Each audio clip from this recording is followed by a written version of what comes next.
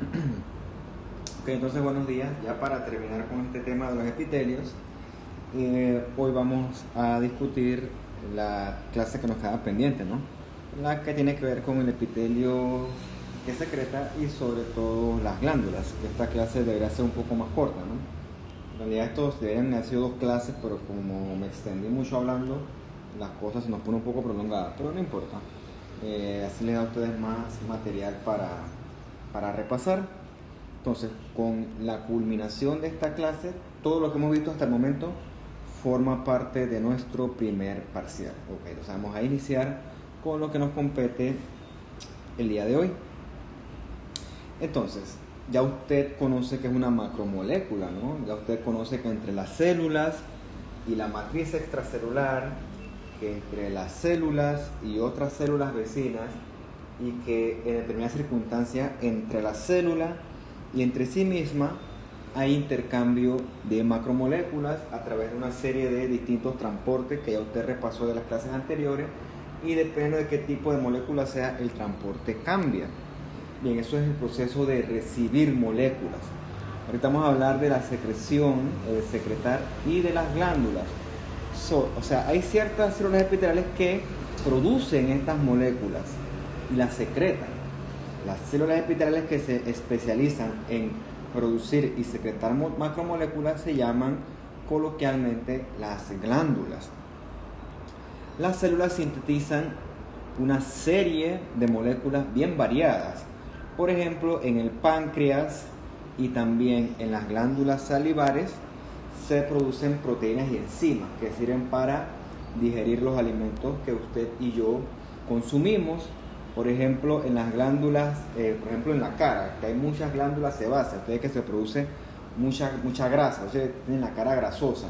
También cuando usted pasa tiempo sin bañarse, que produce como la piel se le pone grasosa, porque usted en su piel tiene muchas glándulas sebáceas que en algún momento de la evolución, como dice aquí, sirvieron para protegernos a nosotros de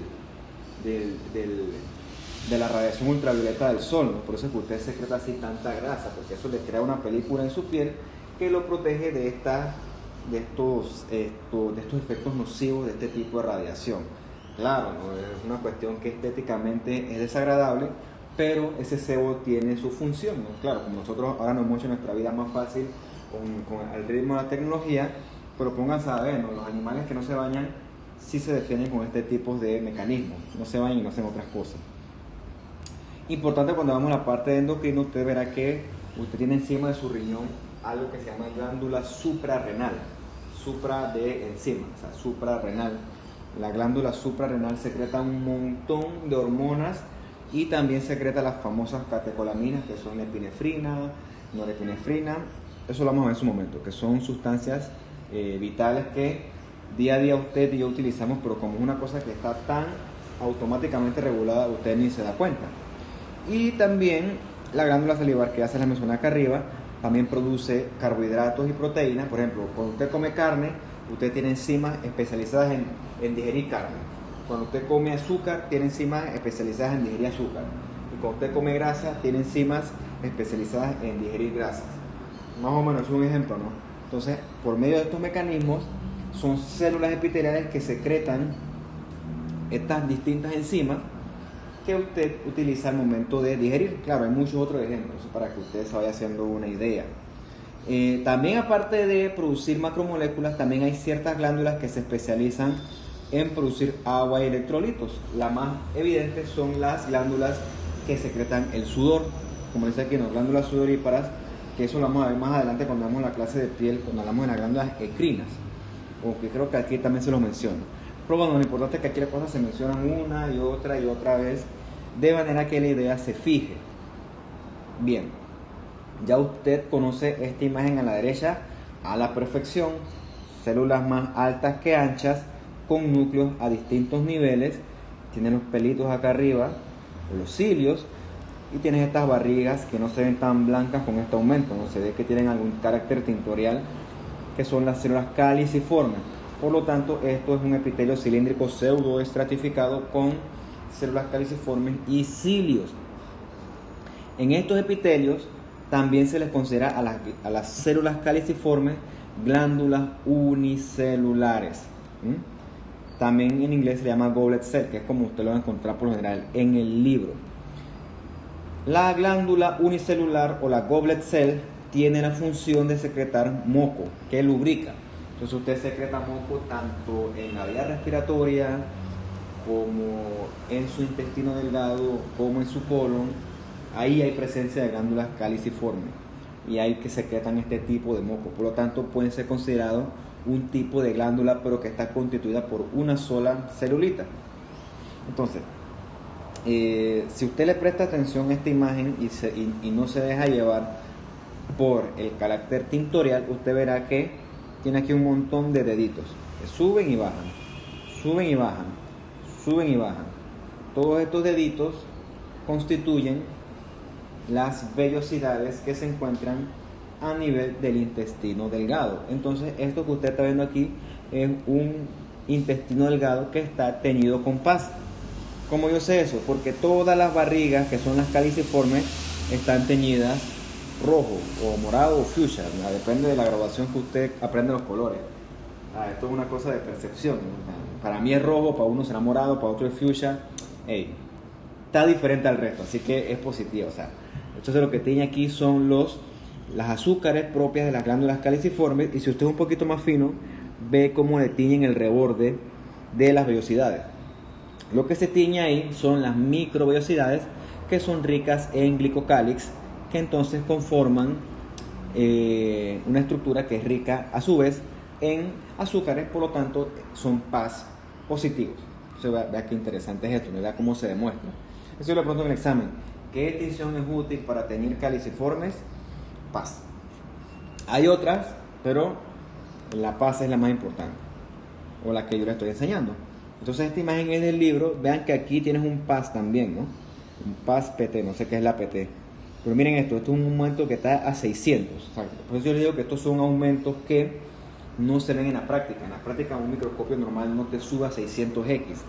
Te sube a 100X, que es el aumento que yo les he mencionado de el microscopio que utiliza cuestión. Se me fue la idea. Aceite de inmersión. ¿Ok? Entonces esto es 600X. Lo importante es que aquí usted ve cómo se ve el detalle celular, ¿no? Células que son más altas que anchas, o sea, las cilíndricas. Usted ve aquí como el núcleo tiene una disposición tipo cigarrillo, así o alargadito. Ve que tiene un nucleolo prominente en estas células epiteliales, y ve que la cromatina es en su mayoría una cromatina granular, una cromatina que no es intensamente basofílica. Por lo tanto, esto es una cromatina tipo eucromatina.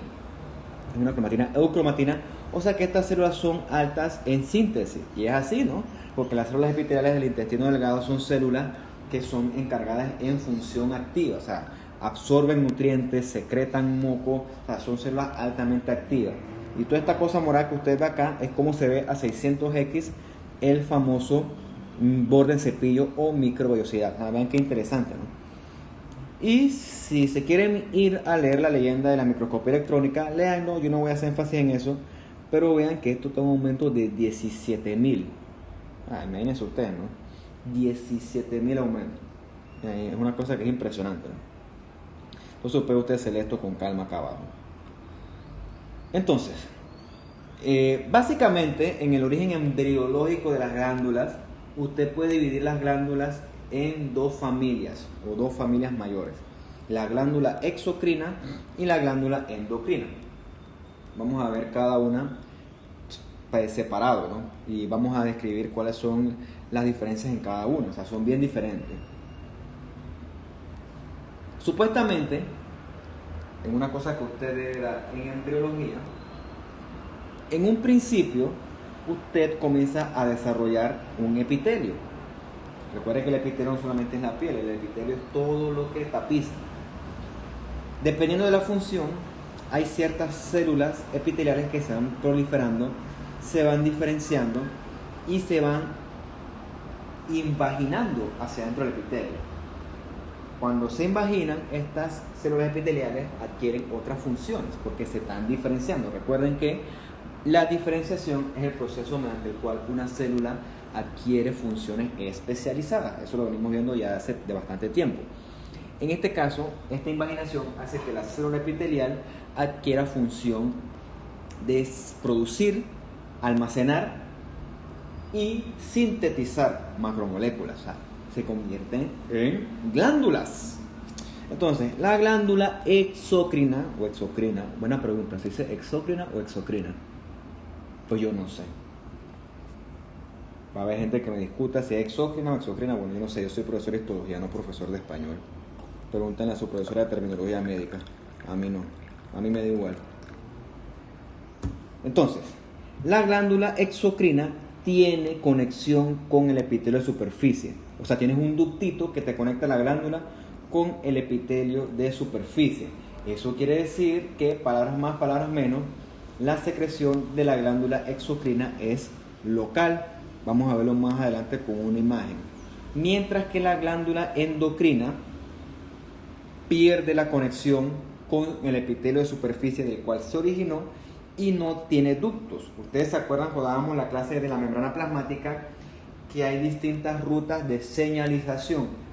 Ahí hablábamos de la señalización, autocrina, ahora me quedo con esa duda. Señalización paracrina, señalización endocrina, yuxtacrina y una que se me está escapando. Después la buscan ustedes.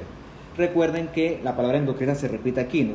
Porque como esta no tiene un ducto conectado, significa que entonces ¿cómo diablos transporta su sustancia? Bueno, la libera al intersticio y en el intersticio este se mete dentro de los vasitos y entonces su producto de secreción viaja por la sangre. En este caso, el producto de secreción de una glándula endocrina se llama la hormona. Necesito que tengan ese concepto porque no vamos a hacer mucho énfasis en eso hoy, porque hay una clase que se llama los conceptos generales de la histología de las glándulas endocrinas. ¿Ok? Hoy nos vamos a centrar principalmente en la glándula exocrina. Bien, entonces miren esta imagen que es del libro, ¿no? Ustedes tienen este libro, en un principio este epitelio, la morfología es irrelevante. Entonces, en este epitelio, él comienza como hace una barriguita. Esta barriguita es la famosa invaginación que yo le hablaba. Esa barriguita comienza a invaginarse cada vez más y a medida que se invagina, estas células que de acá abajo adquieren una función distinta a la de acá arriba. Recuerde que citando la organización o la clasificación funcional de los epitelios, hay epitelios que recubren y otros que secretan, pero por lo general son mixtos. Bien, tomando esta imagen que está aquí, el epitelio de superficie va a recubrir, creo que es una redundancia, pero este epitelio de acá abajo se va a diferenciar y va a adquirir propiedades de secreción, producción y secreción de sustancias. Por lo tanto, a pesar de que son epitelios muy relacionados, tienen funciones distintas, ¿no? Vean qué interesante es eso. Eventualmente, cuando este epitelio se diferencia, vamos a decir que cambia de color esquemáticamente, ya este epitelio que se invaginó hacia adentro adquiere otras características, o sea, ya secreta, ya no es de recubrimiento. Secreta, pues, en lo que sea diferenciado. Puede secretar un montón de cosas, que es lo que es manejante que sean, que son proteínas, que si son carbohidratos, etc. Eso lo vamos a ver más adelante. Lo importante es que vea que entre el epitelio de superficie y la glándula formada hay conexión a través de un ductito. Esa es la definición de una glándula exocrina. Hay conexión entre la glándula y su epitelio a través de un ductito. A diferencia de la endocrina, que vean que el ductito se perdió. Entonces, si el ductito se perdió, ¿cómo yo hago que la hormona llegue a su destino? Bueno, como esto está en el intersticio, va a estar en relación con los vasos sanguíneos, que en este caso son los capilares, que veremos en la clase de vasos sanguíneos. Pues la glándula se asocia con un capilar y envía sus moléculas, que en este caso son hormonas, a través de la sangre hacia sus órganos target, o células target, o células blanco. Más o menos así funciona esto, para que tengan el concepto. Bien, la organización de la glándula exocrina. ¿Ok? Vamos a verlo con calma, no se angustien por tanto texto. Voy leyendo, dice aquí, el epitelio de la glándula exocrina es bien organizado y es continuo en porciones secretoras pequeñas y transportan la secreción hacia afuera de la glándula. Pues por supuesto, ¿no? La glándula sintetiza lo que va a secretar y yo tengo que sacar esa secreción a través del ducto, donde es su sitio efector, donde es que yo quiero la secreción esa. Yo no quiero que se quede almacenada la glándula, yo quiero secretarla, valga la redundancia. Cuando ese epitelio se invagina, él está rodeado de tejido conectivo, o sea, de un estroma de tejido conectivo. Recuerden que el estroma es tejido conectivo de anclaje, a diferencia del parénquima, que es tejido funcional. Entonces, hay glándulas que son más complejas. O sea, esto es una glándula de un solo ductito y de una sola porción secretora. Hay glándulas como esta que son más complejas, que se ramifican. Un ejemplo como esta glándula es la glándula mamaria, que a partir de un ducto principal se va ramificando, como un árbol, ¿no? Imagínense un árbol, tienes un árbol sencillo como una palma, que la palma es un solo tallo alto y tiene un par de ramas. Pero tiene un árbol, por ejemplo, un palo de mango, ¿no? Que tiene un super tronco y él tiene 1.000.000 de ramas. Pero a través de tronco, a ese 1.000.000 de ramas, yo creo que es un número muy excesivo, pero bueno, a través de esas miles de ramas, los nutrientes de la tierra, agua, etcétera, llegan a cada uno de los sitios. Bien, aquí ocurre algo similar, pero al revés, porque aquí no es que lleguen, aquí se salen de la periferia hacia el ducto central. Es como un arbolito, ¿no? Un ducto central que se va ramificando en unidades secretoras. Bien, en las glándulas complejas, estas unidades secretoras no es que están por ahí desperdigadas, ¿no? Ellas están rodeadas de tejido conectivo y a su vez se forman como una especie de compartimientos. Esos compartimientos se dividen por septos fibrosos que a su vez condicionan la formación de lóbulos. Es como la organización espacial de una glándula compleja. Entonces, cuando esta glándula compleja está bien organizada, se recubre de una cápsula de tejido conectivo, se encierra dentro de una cápsula, de manera que toda esta secreción que producen estas unidades secretoras al final va a converger en este mismo ducto. Entonces es una unidad altamente organizada. Entonces, para resumirles, tienes un ducto principal que se ramifica en ductos accesorios, que a su vez se ramifica en otras unidades secretoras. No están desperdigadas estas unidades secretoras, no, están embebidas en un estroma de tejido fibroso que eventualmente se subdivide gracias a septos fibrosos. Estos septos fibrosos condicionan que aquí haya un lóbulo, aquí hay otro lóbulo, aquí hay otro lóbulo, aquí hay otro lóbulo. Pero lo importante es que eventualmente todos esos lóbulos van a converger en ductos que a su vez convergen en ductos más grandes, como un orden jerárquico, que al final van a secretar hacia el ducto principal. ¿Ok? Esto es clásico en la glándula mamaria. Bien, las glándulas exocrinas, tienen varias divisiones, ¿no? O sea, dependiendo de cuántos ductos tiene, porque usted verá que esto de aquí no es igual a esto de acá. Esto de acá es mucho más complejo. Y esta complejidad está compuesta de puras glandulitas simples como esta. O sea, eso es lo que básicamente lo que vamos a ver. Entonces, hay glandulitas simples en el cual el ducto no se ramifica. Como por ejemplo, vean esta, ¿no? Parece como un tubo de ensayo. Un solo ductito que no se ramifica, una glándula simple. Hay otras que se llaman las glándulas exocrinas compuestas que sí se ramifican, como la que vimos en el ejemplo anterior. Ok, las glándulas terminan en las unidades secretoras o porciones secretoras. Las porciones secretoras pueden ser tubulares, como con forma de tubo de ensayo, como les dije esta, o pueden ser acinares, que parecen estas barrigas más redonditas, ¿no? Tubo de ensayo, barriga más redondita. Ok. Lo importante es que todo esto que yo les he mencionado puede coexistir y formar glándulas más complejas. Glándulas con ductos ramificados, con porciones tubulares, acinares o túbulo-acinares. ¿Ok? Vamos a ver esto con calma en la imagen.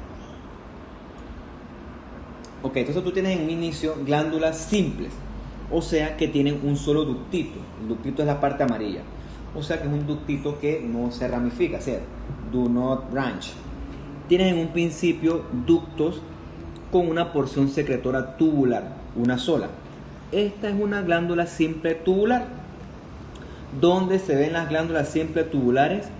Pues en el colon, ¿no? Ustedes se acuerdan que el colon tiene unas imaginaciones profundas del epitelio que yo les dije que se llaman las criptas de Lieberkühn. Bueno, si yo le pregunto en el examen, ¿dónde usted encuentra, apréndase esta tabla, ¿no? ¿Dónde usted encuentra glándulas simples tubulares?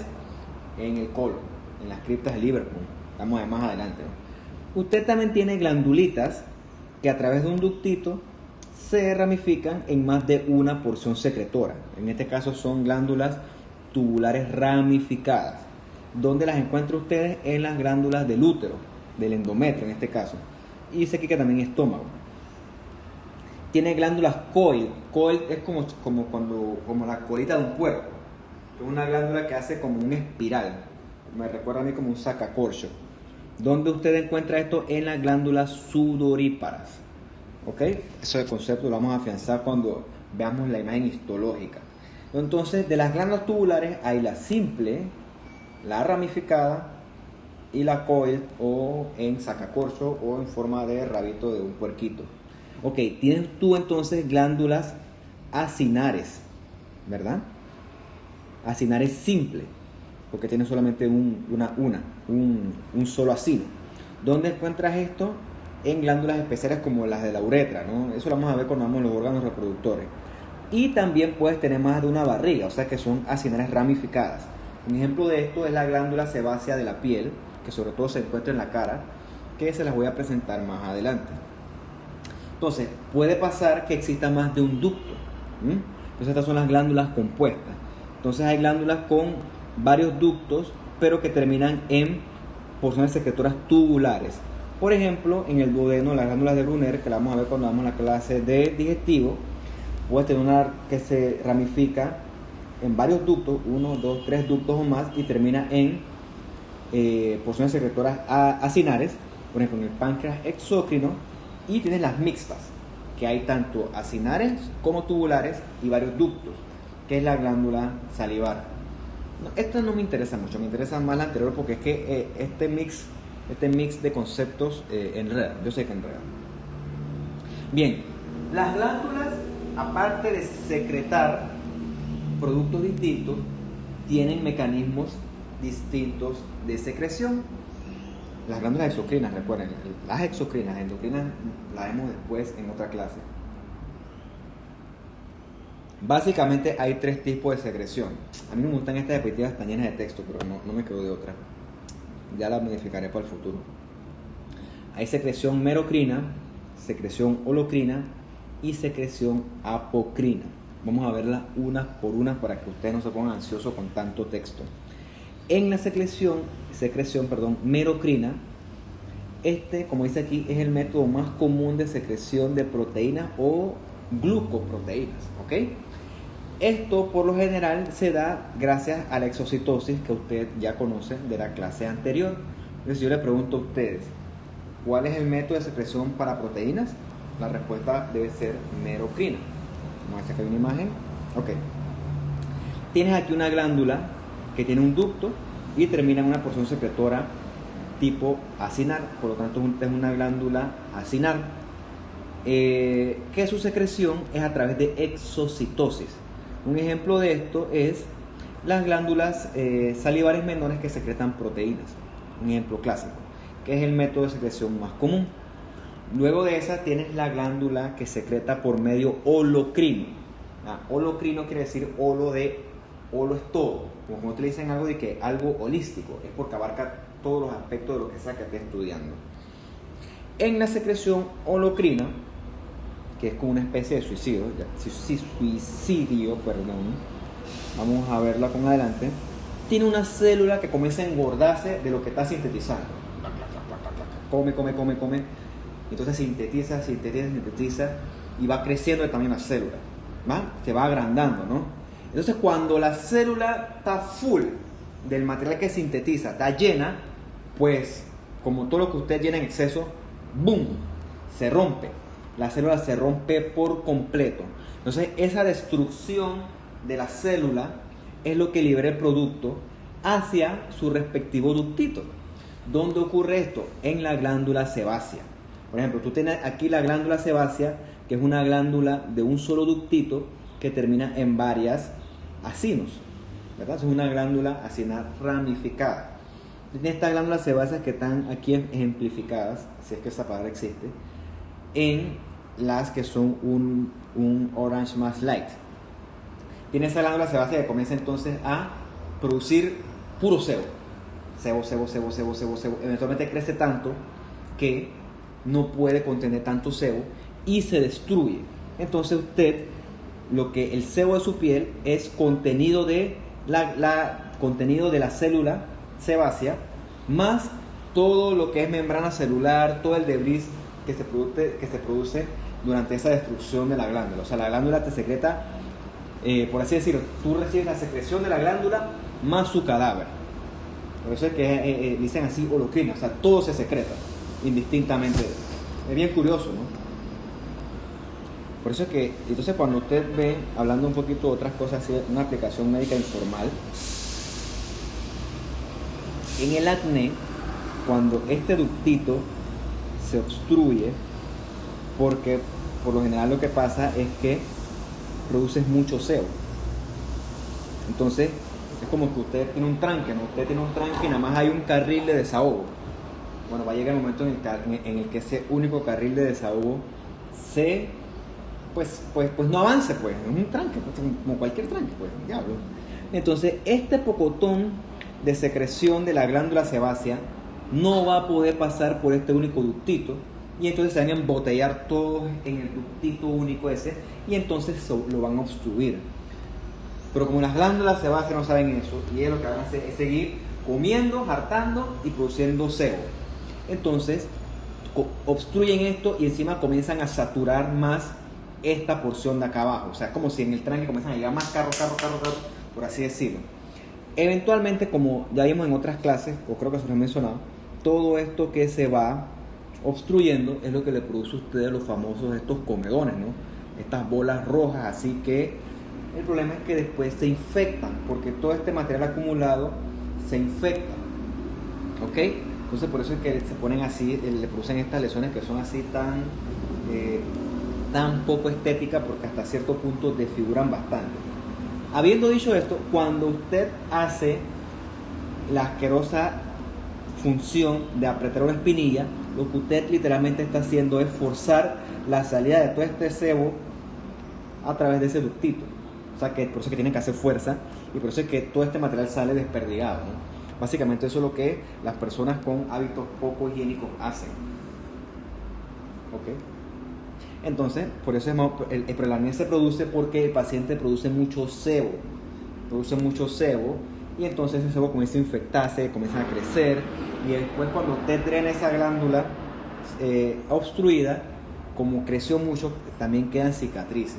Que es interesante conocer la histología para entender por qué suceden las cosas, ¿no?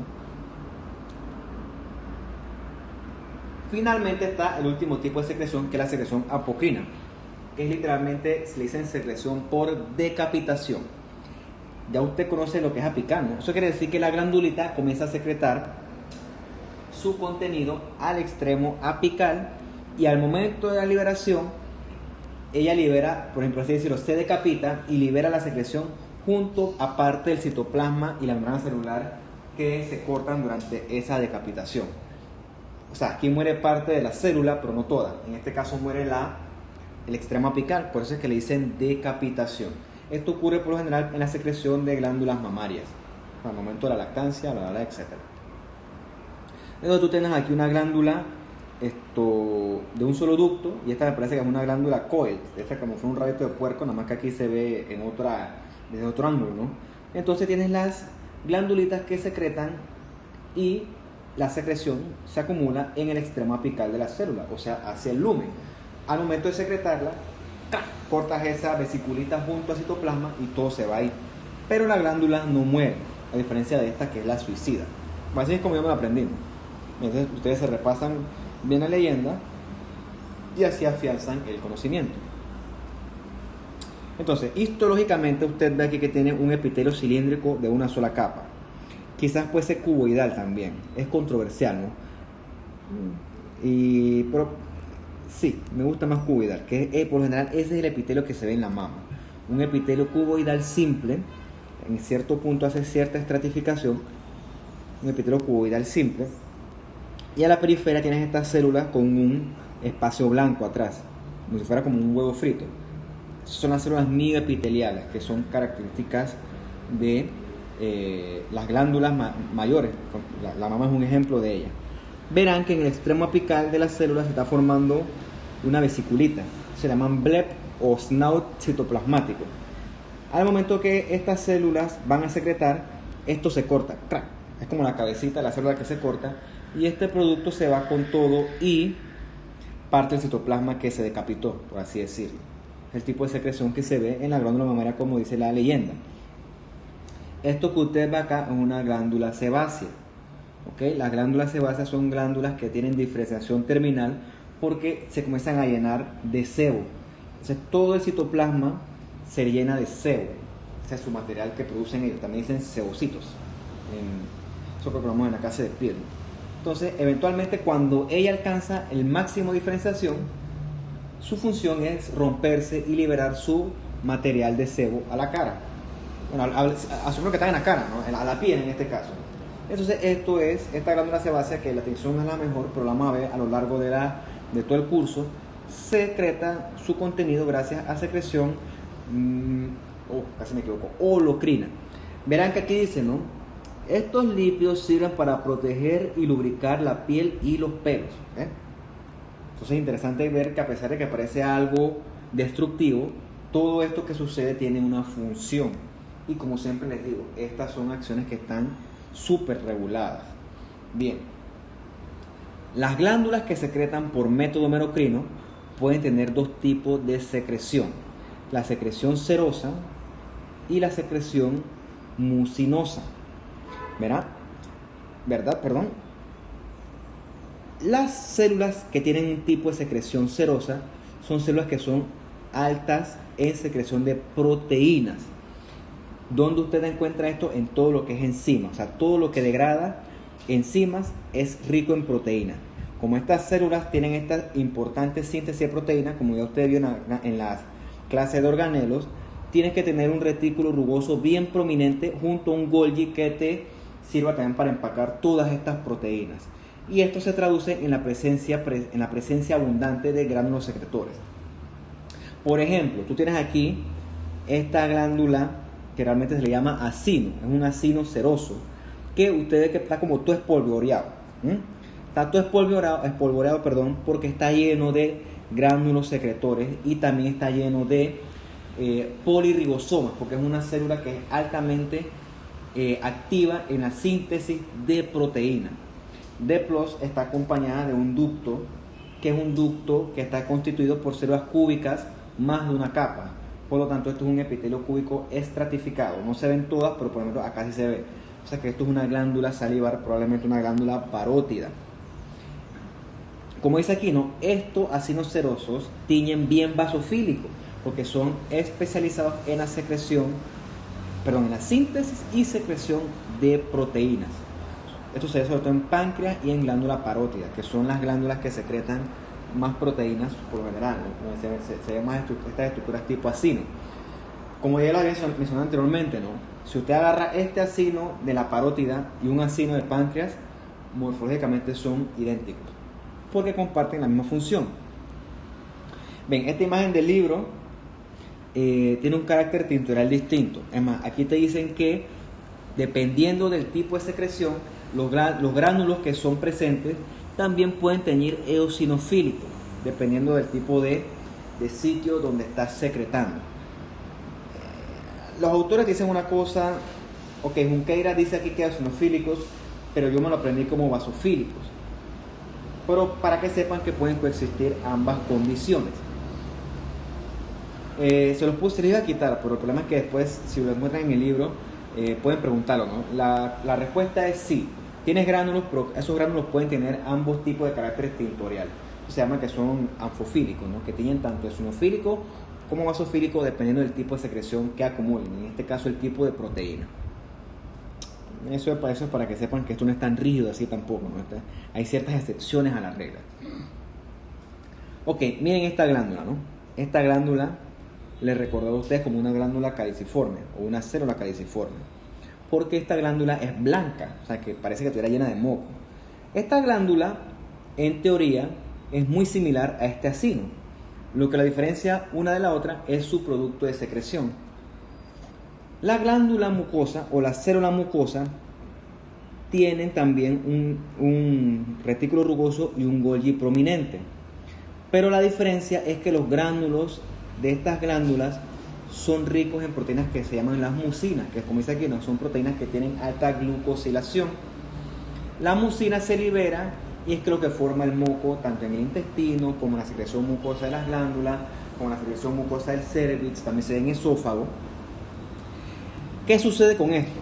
La mucina es muy hidrofílica, o sea que si usted le pasa agua, la mucina es atraída por el agua y el agua se la lleva. El agua es un medio muy utilizado durante la preparación histológica. Por lo tanto, esto durante la preparación histológica se pierde, no es removido durante la preparación. Por lo tanto, los gránulos no tiñen bien. Los gránulos no tiñen bien, por eso es que se ven así blancos. Hay gránulos, pero como no tiñen bien porque son removidos durante la preparación, por eso es que por lo general no se ven.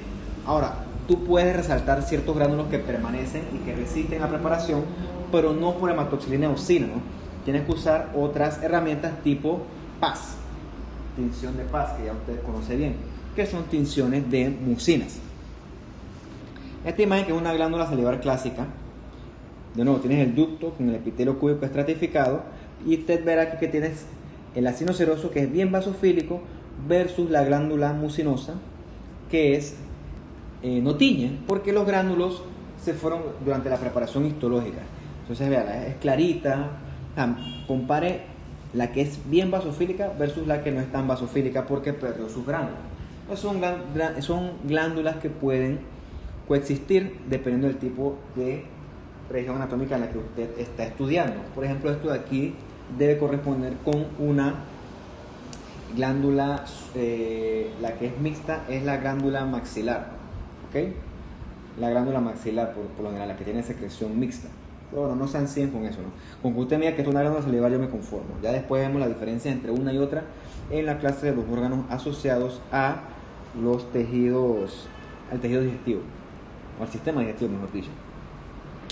Vean lo importante de una imagen de poca calidad o una imagen de intermedia calidad versus una imagen de más calidad, ¿no? Miren qué bonita que es.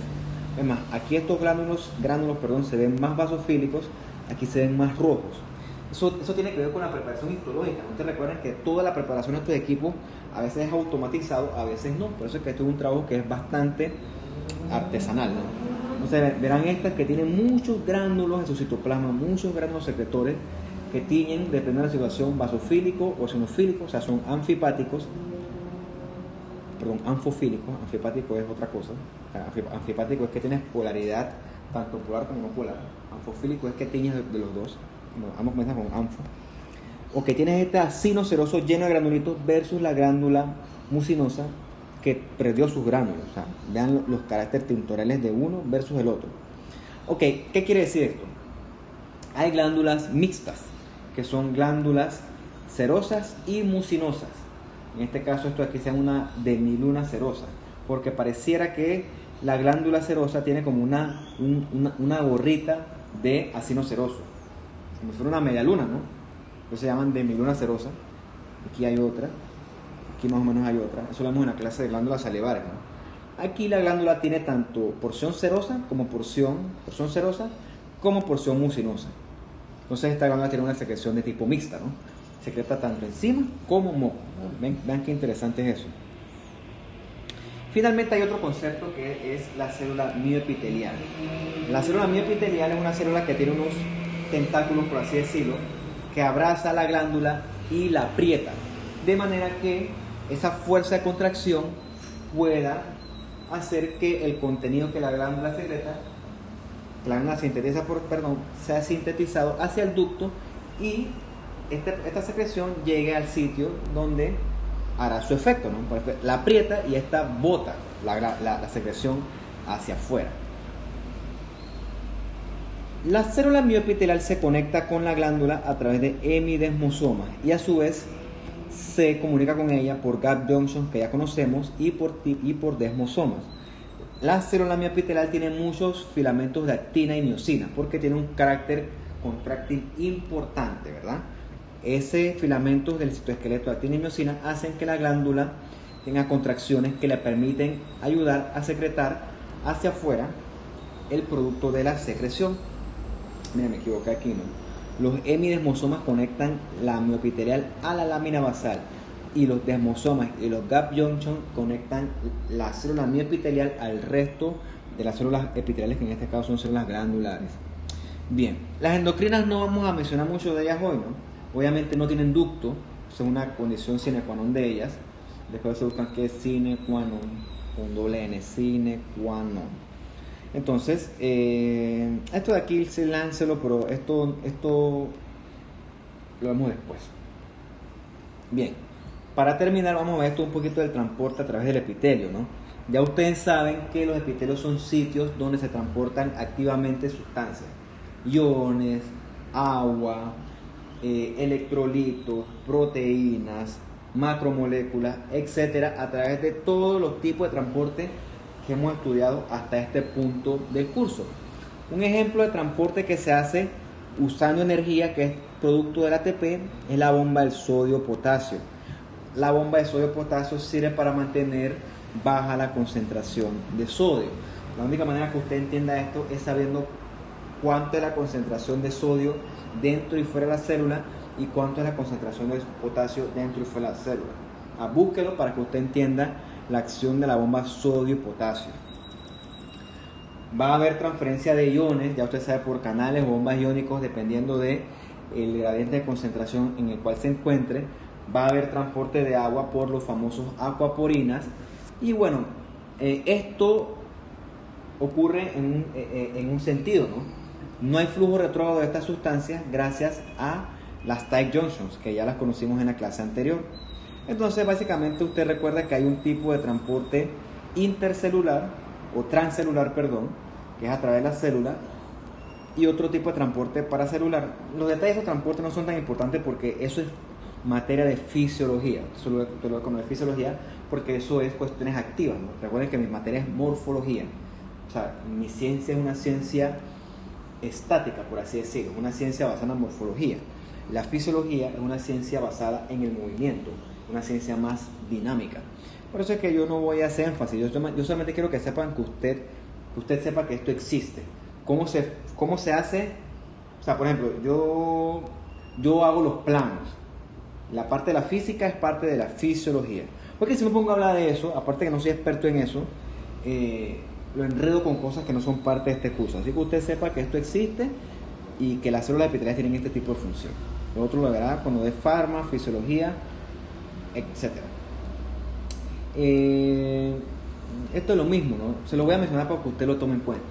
Por ejemplo, el túbulo renal, ya yo le dije a usted que el riñón tiene la función de ser un filtro.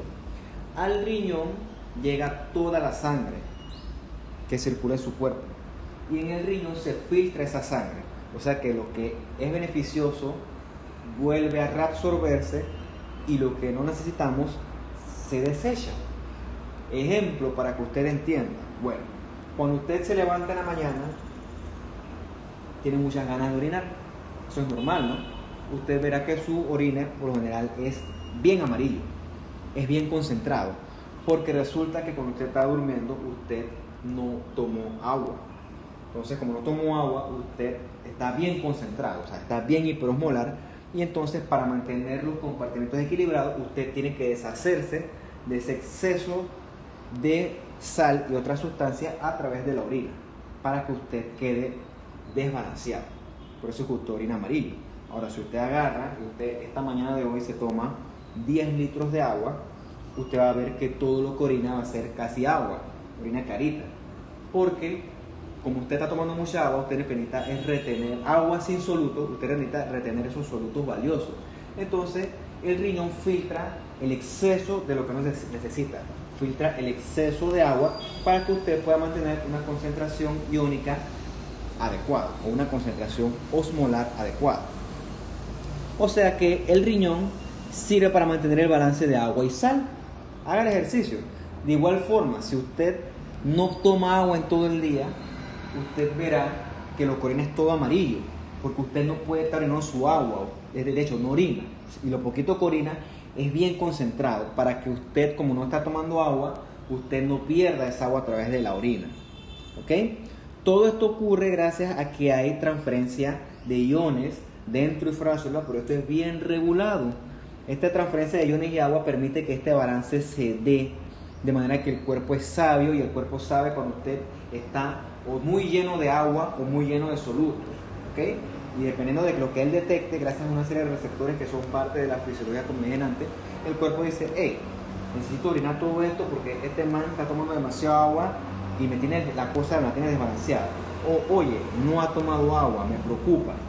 Entonces el cuerpo es bien sabio. Como usted no ha tomado agua, el cuerpo no te va a obligar a orinar. Es más, el cuerpo va a tratar de salvar esa agua. Eso ocurre con una serie de hormonas que usted la va a afianzar en el resto de su carrera. Así que no se afiance con esto. Yo se lo menciono para que usted entienda por qué la función de la morfología de las cosas que yo les hablo. Por eso es que se decía que las células cúbicas del túbulo renal tienen muchas mitocondrias. Por eso es que son así de un citoplasma bien eosinofílico. Porque en estas células se necesita este tipo de producción de energía para que puedan producir este intercambio continuo de agua y solutos o agua y iones para mantener estos balances. O sea, todo eso tiene una función. Esto vamos a escracharlo, léalo si quiera, mucho texto, el texto me aburre. Entonces, vamos a ver la última parte de cómo el epitelio se regenera. Ya usted sabe que el epitelio se regenera constantemente, ¿no? Tanto su piel, como el epitelio que le recubre el estómago, como el que le recubre el intestino, como el que le recubre el colon, como el que le recubre la boca. Todos se renuevan constantemente porque son células que son mitóticamente activas, y esto ocurre porque usted tiene células de reserva en su respectivo nicho, que son las células madre, que recuerde que en los epitelios estos nichos se encuentran en la membrana basal, hablando del epitelio escamoso. ¿Ok? Vamos a ver los famosos nichos más adelante, ¿no? Por ejemplo, en el intestino hay recambio constante de células. Recuerde que el intestino está expuesto a bacterias, está expuesto a todo lo que usted se come, está expuesto a tránsitos altos, tránsitos bajos, el colon está expuesto a heces. O sea, en el colon hay una cosa que se llama flora normal, que son un montón de bacterias que existen ahí. Eso es normal, por eso es que el recambio tiene que ser rápido. Y hay cosas como las glándulas grandes que en el recambio es lento, ¿no? O sea, es una cosa que cambia, ¿no? En los epitelios, sobre todo los escamosos estratificados, las mitosis se dan en la capa basal o estrato basal, a diferencia del intestino delgado, donde esto se da entre las vellosidades, que ya usted la conoce, o también en la parte de la piel, cuando veamos los pelos, que son los folículos pilosos, ahí se encuentran las células madre, se encuentran en lugares específicos que se llaman los nichos. Recuerden que esto se da gracias a que se envían señales cuando hay mucha apoptosis o muchas células que no sirven. Entonces, cuando la célula madre detecta que hay mucho daño, pues comienza a dividirse gracias a que llegan mitógenos y factores de crecimiento, de manera que este epitelio se pueda reparar y, si hace falta, se pueda renovar. Un ejemplo de esto se da con esta fábula, ¿no? Déjame tomar un poquito de café, que se me está secando la boca. Este señor que usted ve en esta imagen representa el mito de Prometeo. Supuestamente Prometeo fue un titán que le robó el fuego a los dioses para dárselo a los humanos.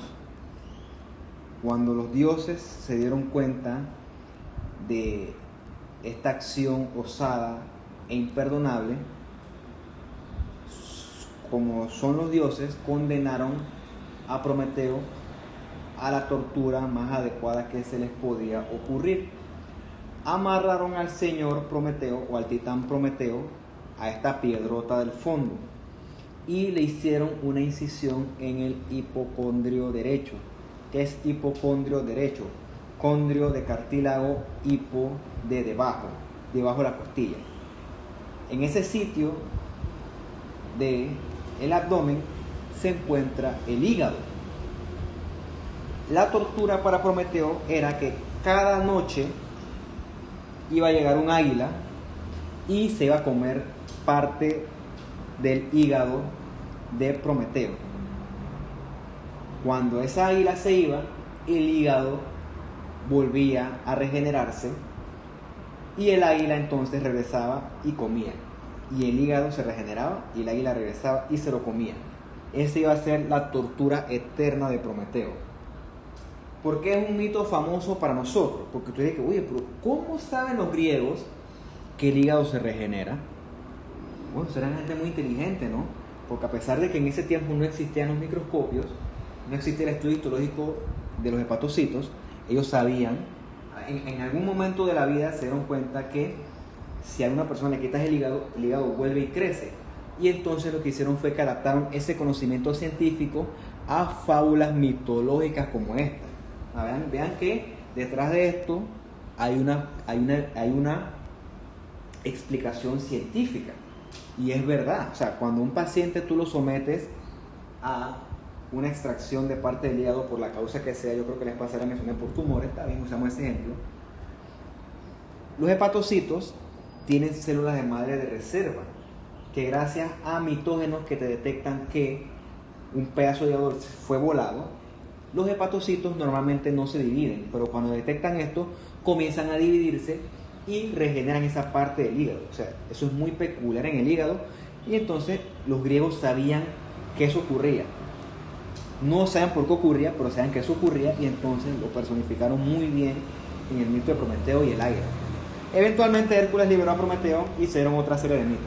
Pero vean qué interesante es esto, ¿no? Para que vean que no solamente hay que saber medicina, entre más usted sabe, mejor. Y bueno, ya para terminar, ahora sí, los epitelios. Recuerden que ya hemos hablado de las metaplasias, las displasias y las neoplasias. Todas las células pueden salirse de control y convertirse en tumores. Claro, para que una célula se salga de control tiene que existir un estímulo previo. Por ejemplo, exposición a radiación, exposición a humo de tabaco. Como mencionaban ayer, yo puedo tener errores en los cromosomas, puedo tener errores en las histonas, puedo tener errores en el DNA como tal. Porque el daño a la célula tiene que tener algún tipo de factor. Factor son casi ilimitados, muchos factores que te pueden dañar una célula. Bien, hay tumores benignos y malignos. Los tumores malignos de origen epitelial se llaman los carcinomas. Tumores benignos de origen epitelial, como son tan diversos, tienen muchos otros nombres. A veces se llama epitelioma, pero es una palabra que provoca confusión, por lo tanto tienen otro tipo de nomenclatura. ¿Okay? Pero los malignos se le llaman carcinoma. Los tumores malignos que hacen glándulas o que tienen origen glandular se le llama adenocarcinoma. Adeno de glándula, carci de epitelio y carcinoma de maligno. O sea, adenocarcinoma. Sepan que el adenocarcinoma, en base a la estadística, es el tumor más común en adultos mayores de 45 años.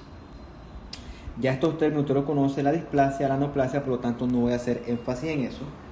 Pero bueno, esto forma parte de una clase que se llama la nomenclatura del cáncer, ¿no? Eso lo va a usted con la patología. Me gustaría dárselo, pero bueno, eso se ve mejor sobre la marcha, ¿no? Pero bueno, que con esto terminamos, muchachos. Con esto es el final de la clase de los epitelios. Hasta aquí llega el primer parcial. Estudian, repasen, etcétera. Ya ven que están motivados, así que sigan así. Y bueno, si tienen alguna pregunta, me la hacen. Y bueno, que estén bien. Gracias por la atención. Hasta